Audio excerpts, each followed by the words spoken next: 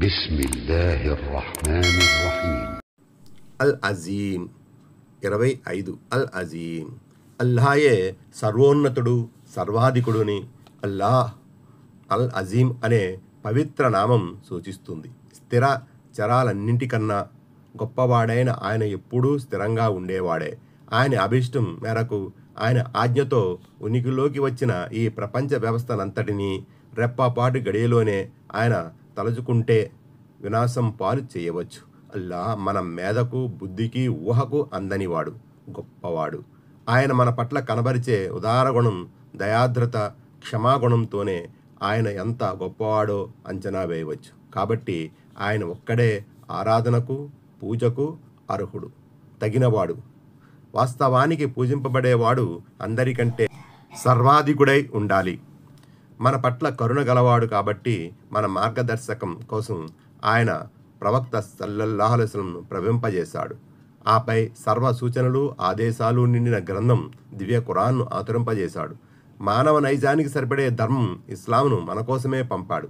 మన మరణాంతరం మనకు స్వర్గాన్ని ప్రసాదించాలనే ఉద్దేశ్యం తలంపుతోనే ఈ సర్వ సదుపాయాలు కల్పించాడు. ఇదంతా అల్లా అల్ అజీం తప్ప మరొకరెవరైనా చేయగలరా? మన పుట్టుక గిట్టుక అన్నీ అల్లా చేతుల్లోనే ఉన్నాయి. ఈ ప్రపంచానికి మన జీవితానికి ఆయనే అధిపతి. ఆయనే మన జీవికను ప్రసాదిస్తున్నాడు. సంపద కానీ అధికారం కానీ ఆయన ద్వారానే ప్రాప్తమవుతున్నాయి. తీర్పు దినానికి ఆయనే యజమాని. శిక్ష అయినా బహుమానమైనా ఆయన ద్వారానే లభిస్తుంది.